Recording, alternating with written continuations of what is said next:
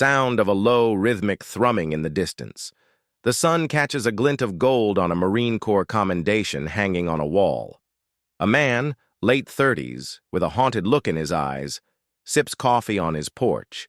A peaceful morning broken by the sound getting closer, louder. A shadow falls over the porch. The camera pans from his face, a mix of confusion and annoyance, to a colossal yellow bulldozer chewing through the tree line, its blade a monstrous tooth. The man stands, dropping, his mug. His voice is a low, controlled growl. "Hey, you got the wrong place!" The machine keeps coming. The camera focuses on his face as the realization hits, his jaw tightening into a hard, unforgiving line. He raises a phone not to call for help, but to record. He's not just a man losing his home. He's a veteran about to document the destruction of his peace, setting in motion a chain of events that will expose a truth far uglier than the rubble of his old. The silence of the Appalachian morning was a fragile thing, a sanctuary Elias Vance had spent 5 years meticulously building. It was a silence he had earned, paid for with the kind of currency nobody ever truly wanted. The memory of sandstorms in far-off deserts, the persistent echo of explosions, and the silent, heavy weight of a flag folded in a perfect triangle. Here, in the heart of his 20-acre plot, surrounded by towering pines and the whisper of a stream, that silence was his armor and his peace. His cabin, a modest but sturdy structure of hand-hewn logs, was the fortress of his soul.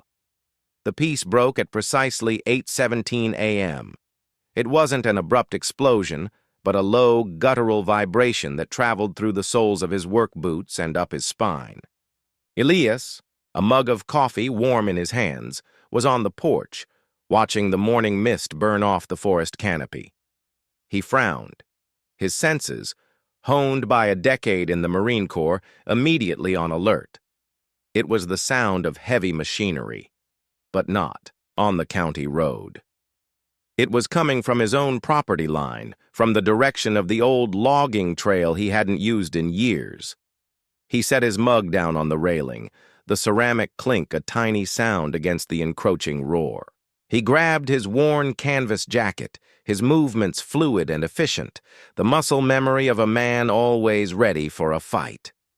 A minute later, he was walking briskly down the dirt path, the scent of pine and damp earth replaced by the acrid smell of diesel fuel. The sight that greeted him was a surreal assault on his reality. A bulldozer, a massive, rusted yellow beast, was tearing a path through his woods. Not just a path, but a swath of destruction, uprooting trees, snapping them like twigs, and churning the earth into a muddy, scarred ruin. At the controls was a young man with a headset on, oblivious, a look of pure focus on his face as he manipulated the levers. A knot of ice formed in Elias's gut. This was no mistake. The machine was already 50 yards past his property line marker. "Hey!" Elias bellowed, his voice carrying the authority of a sergeant major, an echo of a life he had tried to leave behind. The operator didn't hear him. Elias broke into a run, his heart pounding a furious rhythm against his ribs. He had to get closer, had to make him stop. He saw a second man emerge from a brand-new pickup truck, a sleek, black monster with the logo of Sterling Construction emblazoned on the door. This man, in a crisp polo shirt, was holding a clipboard, a self-important frown on his face as he surveyed the damage. "Hey! What the hell are you doing?" Elias yelled again, his lungs burning. The man in the polo shirt, a paunchy, balding man, in his 50s, finally looked up. He squinted at Elias, a look of annoyance crossing his face, as if a wild animal had just interrupted his important work. "You deaf old man? We're clearing the land! Get out of the way!" The dismissive arrogance was a physical blow. Elias stopped in front of the bulldozer's path, holding his arms out. The operator finally looked up, his eyes widening as he saw Elias. He slammed on the brakes, the machine shuddering to a halt a mere 10 feet from where Elias stood, the blade caked with mud and splintered wood, seemed to loom over him like a guillotine. "This is my land," Elias said, his voice low and shaking with controlled fury. "My deed is filed with the county. I've lived here for 5 years. You're trespassing." The polo shirt man, Sterling, scoffed. He walked up, clipboard in hand, a smarmy smile on his face. "This is Lot 4B. We have the permits right here. We've been contracted to clear it for the Thorn Creek development. Now, unless you want to get flattened, you'll step aside." Elias felt a cold calm descend over him. "My property isn't Lot 4B. My property is off of Harper's Creek. And even if it were, you're not getting a single foot further. Turn that machine around and get off my land. Now." Sterling's face hardened. He was used to dealing with pushback, but not this kind of quiet, unshakable resolve. "Look, pal, you got an issue with the paperwork. You take it up with the county assessor's office. You don't take it up with me. I'm on a timeline, and I'm not going to be held up by some hick in the woods with a chip on his shoulder." It was Zah. Then, in that moment of escalating conflict, that Elias felt his gut clench. This wasn't just a simple mistake. This was intentional. The sheer audacity of it, the confidence with which this man was destroying his life's work, felt like a calculated insult. He knew he was outmatched physically and legally at this moment, but he also knew the one thing they weren't expecting. He reached into his pocket and pulled out his phone. "I'm a veteran," Elias said, the words heavy with a weight Sterling couldn't possibly understand. "This cabin, this land, it's my home, and you're destroying it. I'm going to record this." All of it. Sterling's smile vanished. "You think that's going to do you any good? Go ahead. I'll just tell him you were harassing my crew. We have a legal permit." Elias didn't respond. He just began recording, holding the phone steady, the red dot a tiny, defiant eye against the vast destruction. He filmed Sterling, the bulldozer, the swath of ruined trees, all while Sterling's smarmy confidence slowly bled away into a look of genuine anger and concern. "What are you doing? I told you, get off the property!" Sterling shouted, his voice losing its professional, condescending edge. Elias said nothing. He kept filming as the bulldozer roared back to life, its blade scraping the earth. Elias stepped back, watched as the machine veered, its path now undeniable, straight toward his cabin. The sound of the first log cracking was like a gunshot. Elias's chest seized. He could feel the splintering wood, the twisting metal, the shattering glass. In his own bones, he didn't yell, he didn't scream. He just held the phone, a perfect steady hand, as the bulldozer tore into the porch, then the living room, and finally the foundation of his sanctuary. He filmed the commendation plaque, his purple heart, his bronze star, everything he had built his peace around, being ground into dust. The screen of his phone was a window to a world being erased. When the machine finally stopped, all that remained was a heap of wood, splintered logs, and a cloud of dust. Sterling stood there, a look of grim satisfaction on his face.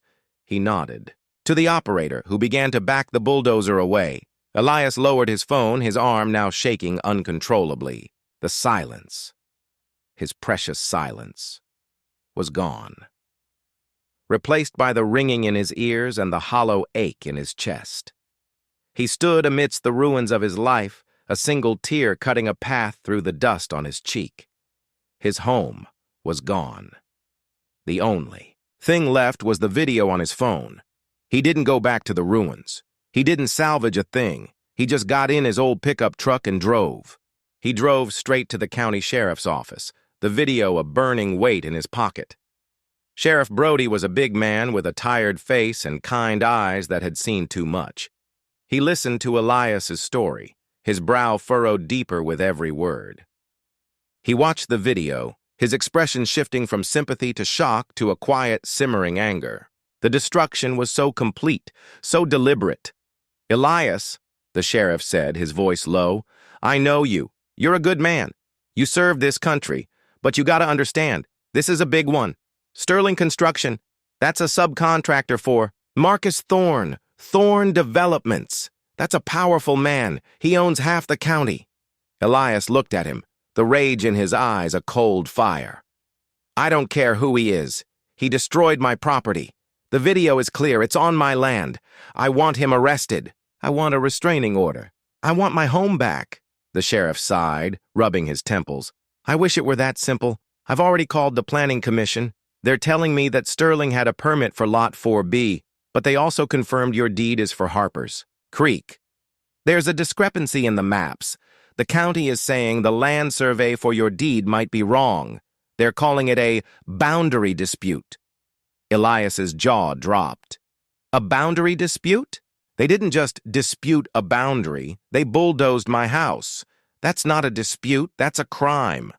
I know it feels that way, Brody said gently. But on paper, it's a gray area. And these people, they've got lawyers on retainer. They'll bury you in paperwork and legal fees. They'll draw this out for years. They'll tell a judge that you're an unstable veteran harassing a legitimate business and that your video is doctored. The cold calm was back, but now it was a shield against a new and terrifying reality. The system was rigged. They weren't just taking his land. They were using the very laws meant to protect him to justify it. He was a veteran who had fought for his country, and now his country's justice system was failing him. He left the sheriff's office. The silence of Mikey O'Reilly's auto shop, a sanctuary of rusted steel and the smell of grease, was a different kind of quiet than Elias Vance's cabin had ever offered. This silence was charged with purpose, a cold burning furnace of a plan, being forged. Elias stood by a cluttered workbench, his hands resting on an engine block, the cold metal grounding him. Mikey, hunched over his computer, was a blur of motion, his fingers flying across the keyboard, his face illuminated by the harsh glow of the monitor. He's not just a developer, Mikey said, the words a low-pitched hum against the whirring fans of the computer tower. He's a ghost. Thorne Developments is a shell game. It's a network of LLCs and holding companies. Marcus Thorne is at the top, but he keeps his hands clean. He's a professional puppet master. Elias nodded, his gaze fixed on a worn-out tire on the floor. So we don't go after him. We go after the puppets. We find the weakest one and pull the string until the whole stage collapses. Easier said than done. The trail is designed to go cold at every turn, Mikey replied, scrolling through a dense spreadsheet of financial data. But I've got something. I found a consistent pattern. Every time Thorne acquires a major parcel of land, he uses the same series of shell companies to get the permits and funnel the money. And every time, the final permit is for a project that looks legit on the surface, but the underlying use case, it's always tied to water rights. My water rights, Elias said, the words a bitter taste in his mouth. Exactly. The water from your spring, it's not just for a fancy resort, it's for an entire planned community, a multi-billion-dollar project that would be impossible without a sustainable, large-scale source of fresh water. A project that he's been buying up land for, parcel by parcel, for the last 3 years.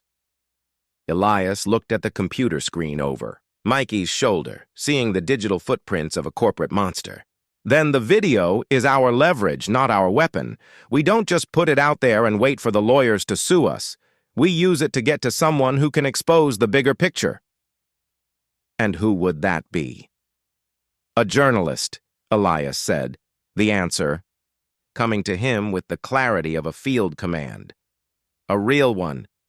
Not the local paper who gets ad revenue from Thorne, but a big one. Someone who can't be bought and won't be scared off.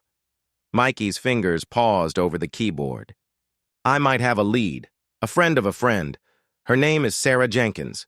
She's an investigative reporter for the Chronicle. She's tough as nails, and I know for a fact she's been trying to get a story on Thorne for years. She has a reputation for being relentless. She also has a reputation for being ruthless with her sources if they waste her time. Elias's jaw set. Then we don't waste her time. We give her everything we've got. But first, I need to see the Man who swung the blade. Mikey looked at him, a silent question in his eyes. Sterling? He's just a guy trying to make a buck. He's the one with a family to feed, a mortgage to pay. He's not the puppet master. He's the puppet. He's the one who was standing there watching my home get turned into a pile of splinters. And he's the one who saw my face. He's the one who will break. The next afternoon, Elias found Sterling at the Thorn Creek development site, a sprawling scar on the landscape where the first phases of the resort were beginning to take shape. The noise was deafening. Heavy machinery, the clang of metal, the roar of generators. Sterling was yelling into a walkie-talkie, his face red, his paunch straining against his polo shirt. He was a man in his element, a captain of destruction. Elias parked his truck 100 yards away and just walked. He didn't sneak. He didn't hide. He walked with the slow, deliberate pace of a man who belonged, a veteran's walk that said he wasn't afraid of anything in front of him. Sterling looked up from a blueprint on his clipboard, his eyes narrowing when he saw Elias approaching.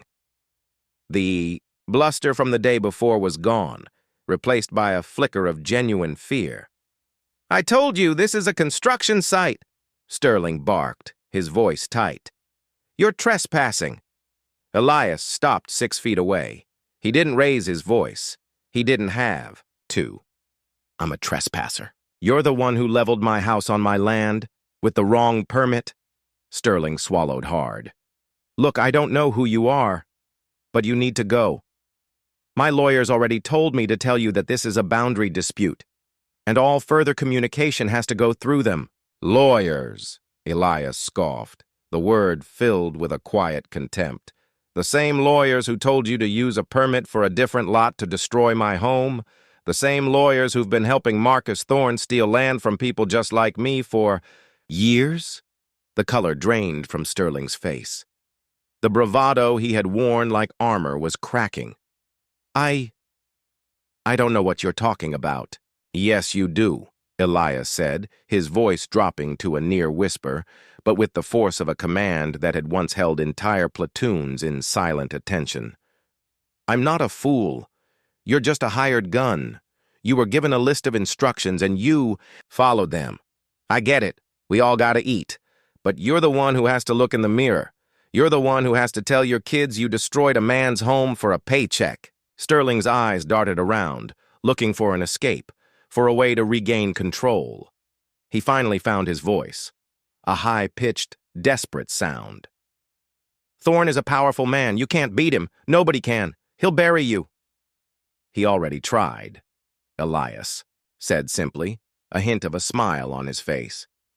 "He bulldozed my home, and all he did was give me a whole lot of nothing left to lose. Tell me something, Sterling. Did he tell you to just clear the land, or did he tell you to do it while a man stood there watching and filming you?" Sterling went pale. "What are you talking about?" "You saw me," Elias said, the accusation a physical weight in the air. "You and your driver. You saw me standing there. You saw the phone. You knew I was recording. But you kept going. Why? Because you were told to. Because the message wasn't just clear the land. It was make an example. So, tell me, Sterling, how does it feel to be Thorne's hammer? How does it feel to be a bully for a rich man?" Sterling's shoulders slumped. He looked old, defeated. He said it was a mistake. Said we had the wrong lot number. But the permit was for a different lot altogether. I knew it. We all knew it. But the paycheck, it was too good to pass up. "And you thought he'd protect you?" Elias asked, an edge of cold pity in his voice. "He'll throw you to the wolves the minute his name gets in the paper, the minute a real reporter gets a hold of this. But if you talk to me, if you give me the information I need, maybe, just maybe, I can make sure your name stays out of it. Maybe you can walk away from this with your family still intact." Sterling's composure broke. He began to stammer, his eyes wide with a newfound terror. He was no longer worried about Elias. He was terrified of the man he worked for. I don't know anything. I just do what I'm told." Just as Elias was about to push him harder, a sleek black SUV, the kind of vehicle that screamed corporate-level threat, pulled up. A man got out, a mountainous figure in a sharp suit with the cold, dead eyes of a shark. He didn't look at Sterling. He looked at Elias. The man was Garrett.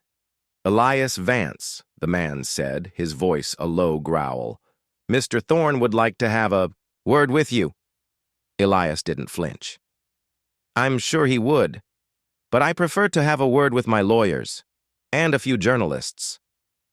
Garrett took a step closer, his presence radiating a palpable threat. "You're a reasonable man, a veteran, a patriot. We understand what you're going through, the pain, the trauma. It's why Mr. Thorne is willing to offer you a very generous settlement, a new home, money, all in exchange for your silence and that little video you have on your phone." The words were a promise and a threat, laced with the kind of condescending pity that set Elias's teeth on edge. He could feel the old, combat-ready rage bubbling up. This wasn't a negotiation. This was a shakedown. "My home isn't for sale," Elias said, his voice flat. "And my silence isn't a commodity you can buy." Garrett's smile was a thin, cruel slash across his face. "You think you're so tough. You think that phone, that little video, gives you a leg up. It doesn't. It just makes you a problem. And Mr. Thorne has a very particular way of dealing with problems." He leaned in closer, his voice dropping to a whisper. "He doesn't just cut the weeds. He salts the earth." Elias felt a cold dread as the words sank in. They weren't just going to fight him in court. They were going to destroy him, his credibility, his family, his reputation. They were going to make sure he had nothing left, and then they would deal with him. "You're making a mistake," Elias said, his eyes meeting Garrett's. "I'm not a problem. I'm a war." Garrett's smile vanished. He raised his hand, a silent signal. That's when two other men emerged from the SUV, men with the same cold, predatory eyes as Garrett. The trap was sprung. "Let's not make this difficult," Garrett said, his voice like gravel. "Give me the phone, and maybe we can pretend this never happened."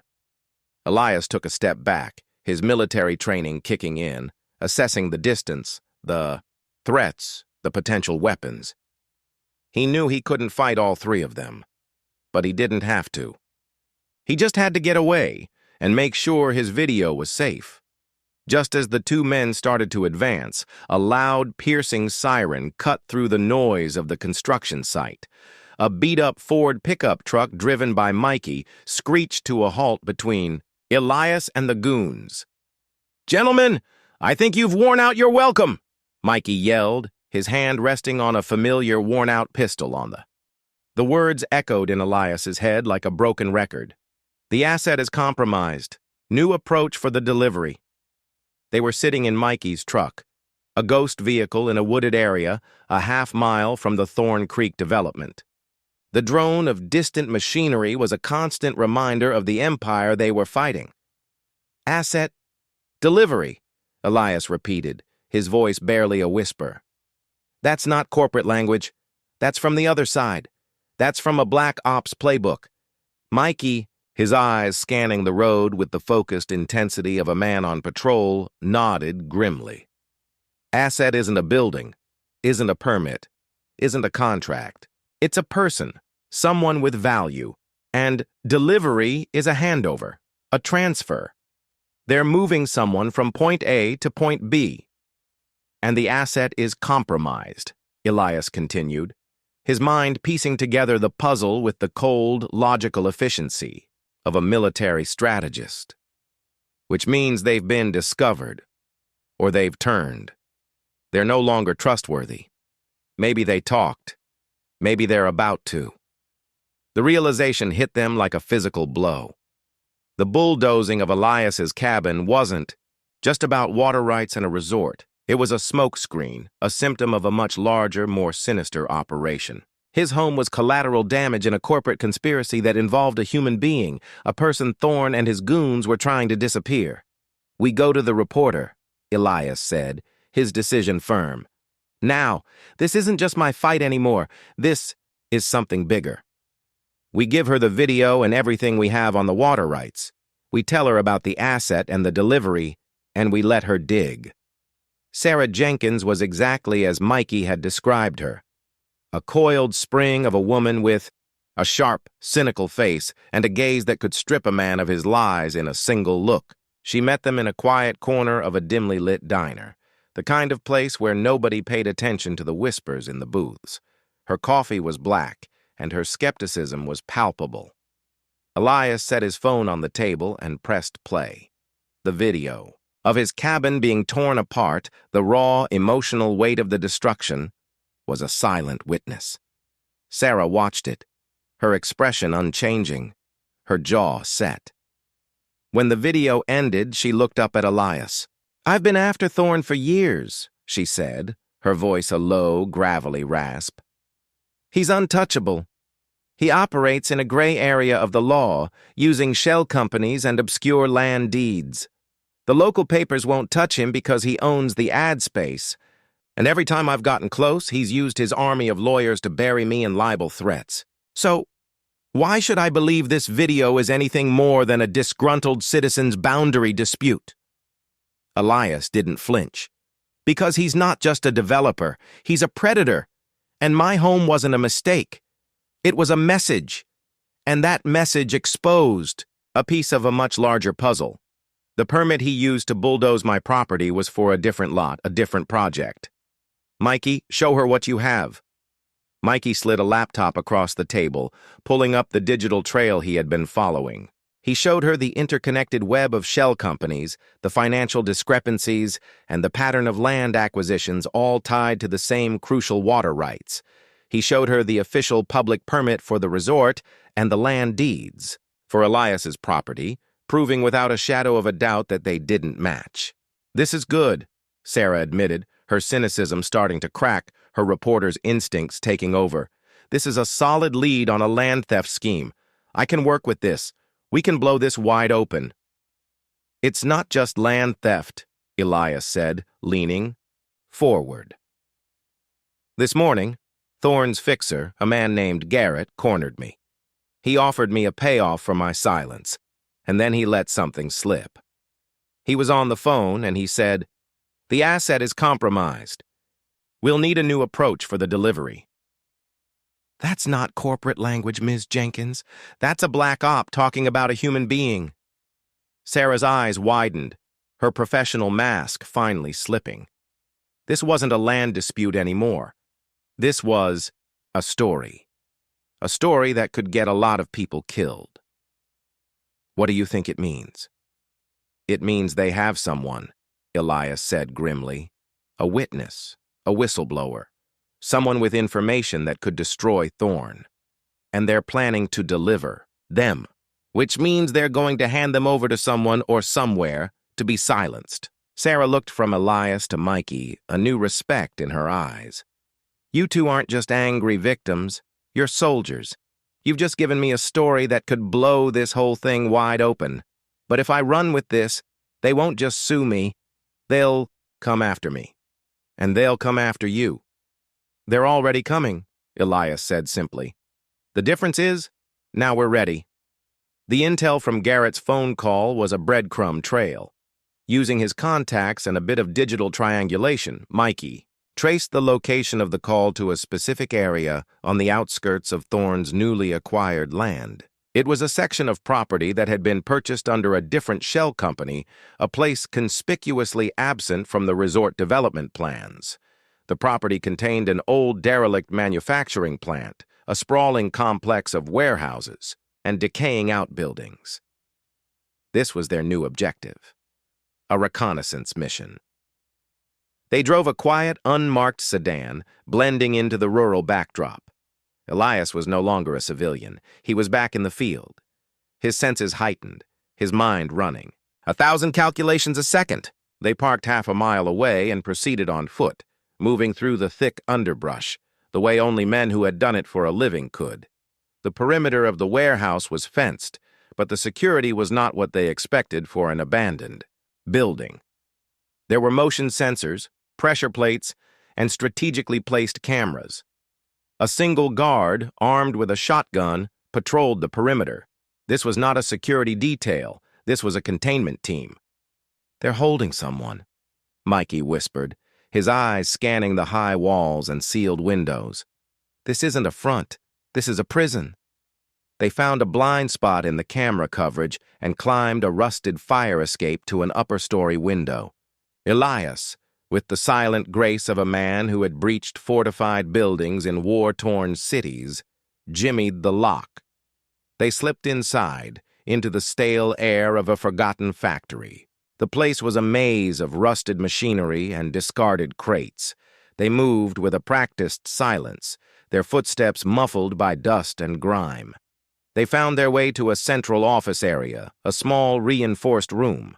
They saw two men, thorns, goons with their backs to the door playing cards. And then they saw the asset. He was a man, gaunt and terrified, his hands cuffed behind his back. He was sitting on a cot, his face a mask of exhaustion and fear. A small, black flash drive was taped to the inside of his leg. He was the key. He was the delivery. As they watched, unseen, the two guards stopped their game. One of them pulled out a burner phone. "Yeah, we're ready," he said, his voice a low grunt. "Thorne's on his way. He wants the package prepped. This needs to be clean. The delivery is scheduled for midnight." Elias's blood ran cold. The delivery wasn't a handoff to a police official or a bribed politician. The delivery was a final, chilling act. Thorne was coming to personally oversee the permanent silencing of a witness. The flash drive, the information it held, was a bomb waiting to go off, and the detonator was Thorne's personal presence. They backed away, retracing their steps, the horror of what they had just witnessed burning in their minds. They didn't speak until they were back in the car, driving away from the warehouse of horrors. "Thorne is going to be there at midnight," Mikey said, his voice tight. "He's going to tie up his loose ends. We have to get that man out." Elias's face, a mask of cold determination, was illuminated by the dashboard lights. The fight for his home was over. The fight for his life was over. The fight for justice, however, had just escalated into a rescue mission with a ticking clock. "Thorne's coming to finish his dirty work," Elias said, his voice flat and hard. "He thinks he's got all the pieces in place, but he's wrong. He doesn't. No, there's two Marines on the outside, and we're about to crash his little party. We're not just reporting a crime anymore, we're going to stop one." The air was cold, a deep, late-night chill that settled into the bones. Elias and Mikey sat in the dark cab of Mikey's truck, the engine off, the windows cracked. The scent of pine and damp earth was a familiar, grounding presence, a ghost of the life Elias had lost. But the purpose tonight was not to find peace. It was to wage a war. They were soldiers again, two men with the weight of years and the shadow of battles behind them, preparing for a fight they never thought they'd have to fight on home soil. "Thorne is coming at midnight," Elias said, his voice a low, steady command. "We're going in at 11:45. We'll be in position before he gets there. Mikey, you're the eyes. Find the camera feeds. Find their blind spots. Be ready to give me a signal if they're about to move on us." "Already got a bead on them," Mikey replied, his eyes glued to a small tablet. "One patrol guard. Camera coverage is basic, but the perimeter is tight. We're going in through the old loading bay. The lock on the service door is a weak point. Their gear was minimal, a testament to their training and the quiet desperation of their situation. No firearms. That would make them criminals. Instead, they had two high-powered flashlights with strobe capabilities, a length of Kevlar cord, a pair of walkie-talkies, and a set of lockpicks and tools Mikey had salvaged from his shop. Elias had a fighting knife tucked into his boot, a tool of last resort and a grim reminder of the stakes. The two men moved through the woods with the practiced silence of veterans. They were ghosts in the night, moving from shadow to shadow, their feet making no sound on the damp forest floor. The warehouse loomed ahead, a fortress of rust and faded brick. They made their way to the back of the building, a maze of overgrown weeds and discarded pallets. Elias used his lockpick kit, his fingers deft and precise. The tumbler clicked. He pushed the door open, a slow, agonizing creak of metal that seemed to echo in the cavernous silence. They slipped inside. The air inside was thick with the smell of decay and forgotten industry. Elias moved forward, the flashlight beam a tiny, focused needle in the vast darkness. He moved through the rusted labyrinth of machinery, his senses on high alert. He could hear the low murmur of voices from the office space, the two guards from the afternoon still playing cards, oblivious to the fact that their quiet night was about to be shattered. He used the Kevlar cord, a silent, deadly tool, to get behind the first guard. The man's reaction was slow, his movements groggy from the late hour. A swift, practiced move, and the guard was on the ground, unconscious. The second guard barely had time to react before Elias was on him, using the environment to his advantage, the flash of a metal pipe wrench against the man's head a grim and final punctuation. It was over in a matter of seconds. Silence returned, broken only by the sound of Elias's ragged breathing. He knelt down, quickly searched the men for weapons, and found 2 pistols. He disarmed them, tucking the weapons safely out of reach.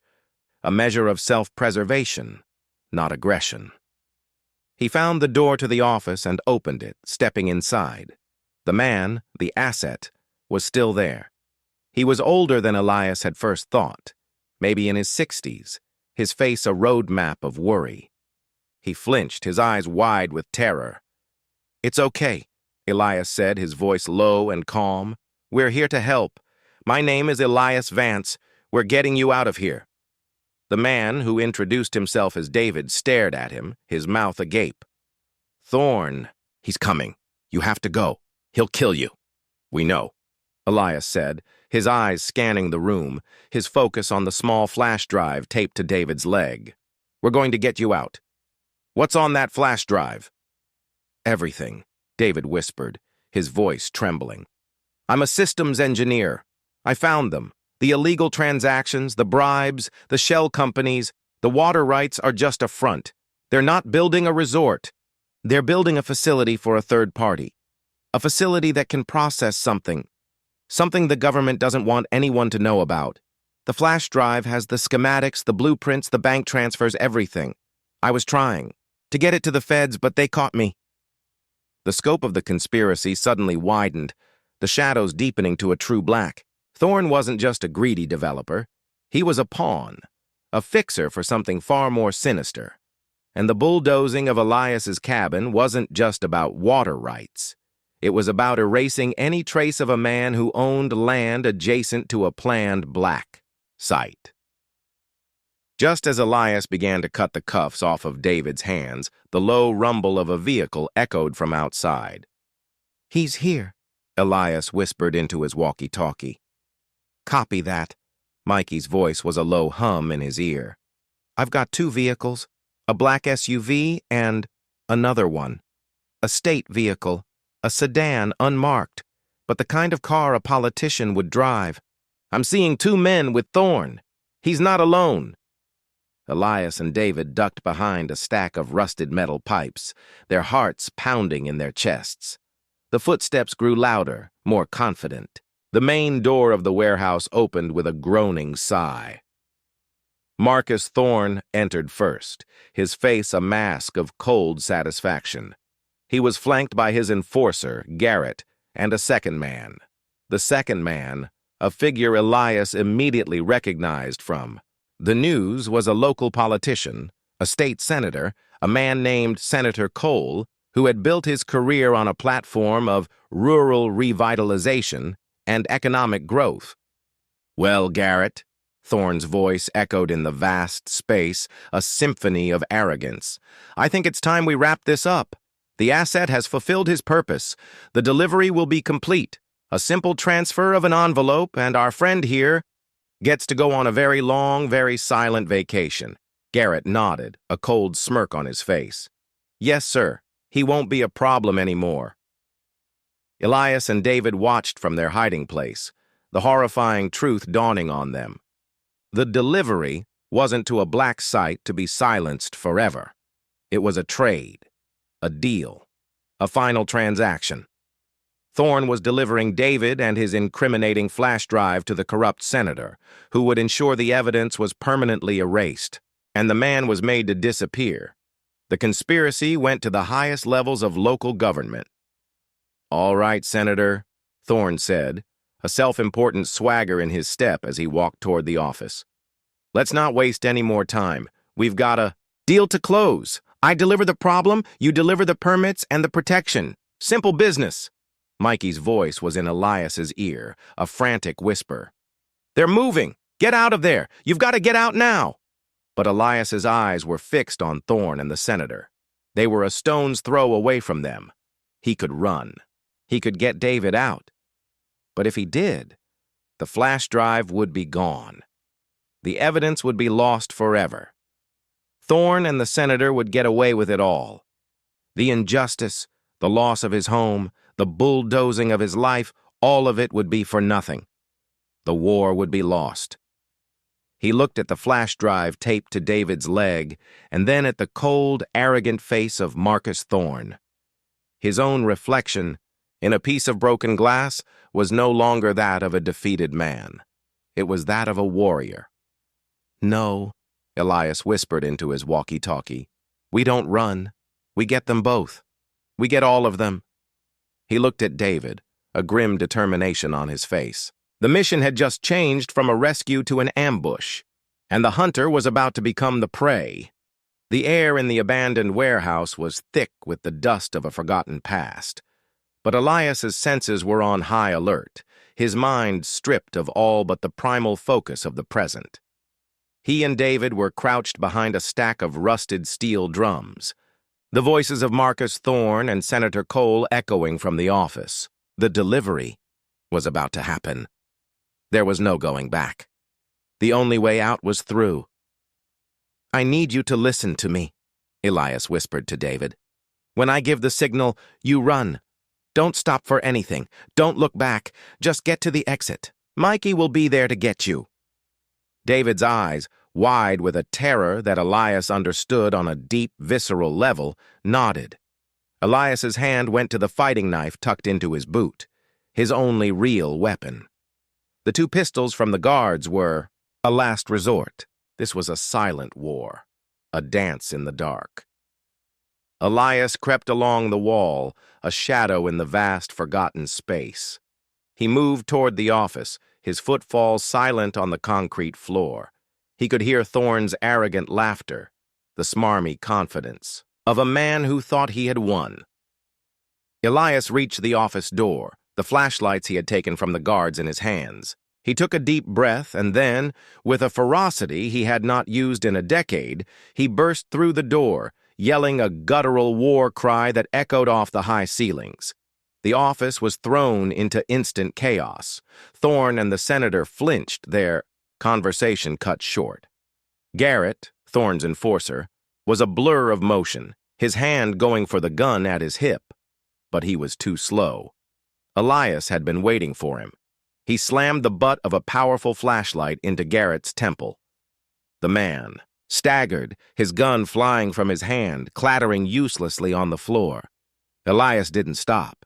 He turned the flashlight's beam to its strobe setting, a blinding, disorienting assault on the senses. The room filled with the sickening, flashing light, throwing the men into a state of panic. "Where is it?" Thorne screamed, shielding his eyes from the light. "Where's the flash drive?" Elias, a shadow moving through the flashing darkness, didn't answer. He saw the senator, a portly man of privilege, trying to scramble out of the room, his face a mask of pure terror. Elias used the other flashlight, a focused beam of light, to blind Thorne, momentarily incapacitating him. He knew this was his only chance. He lunged for Garrett, who was still trying to regain his footing.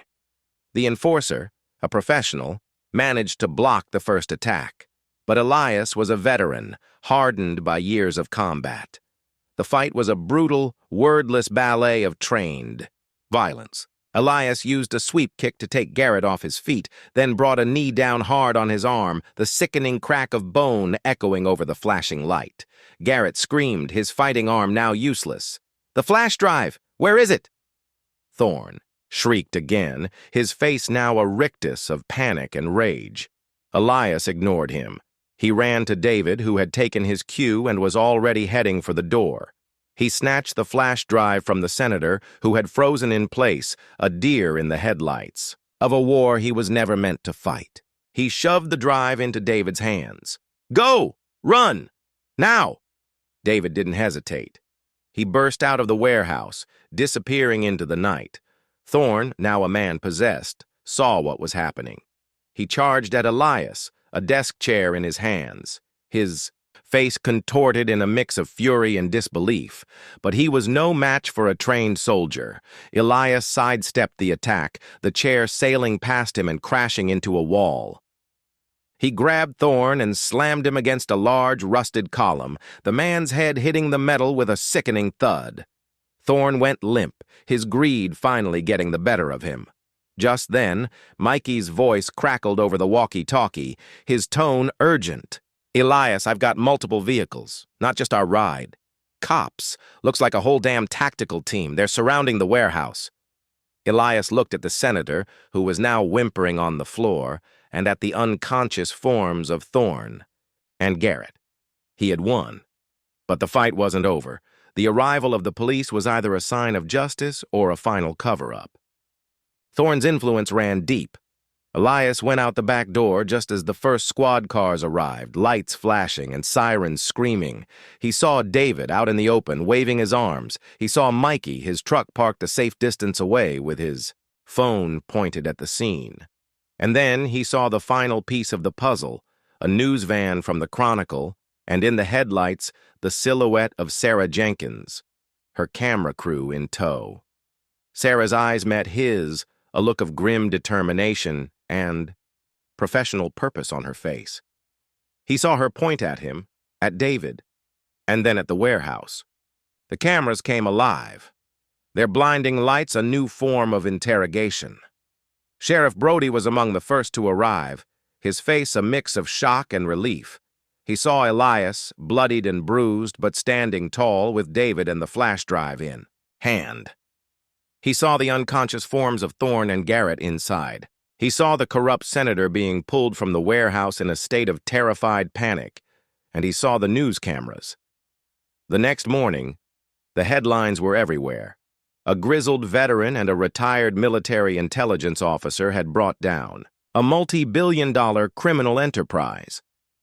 The video of Elias's cabin being bulldozed, which had felt like a testament to his own personal tragedy, was now the explosive prologue to a much larger story.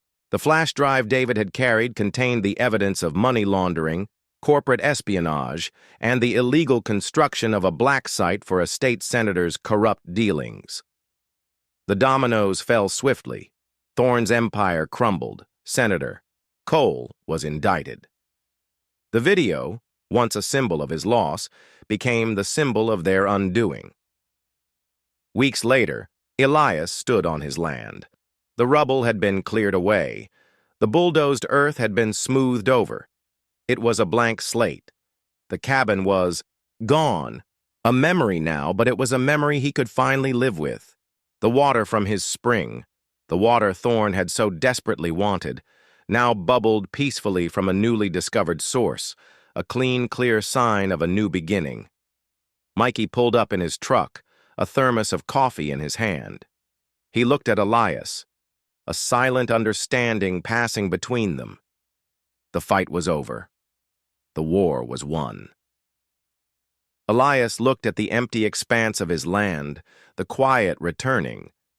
But this time, it was not a fragile peace.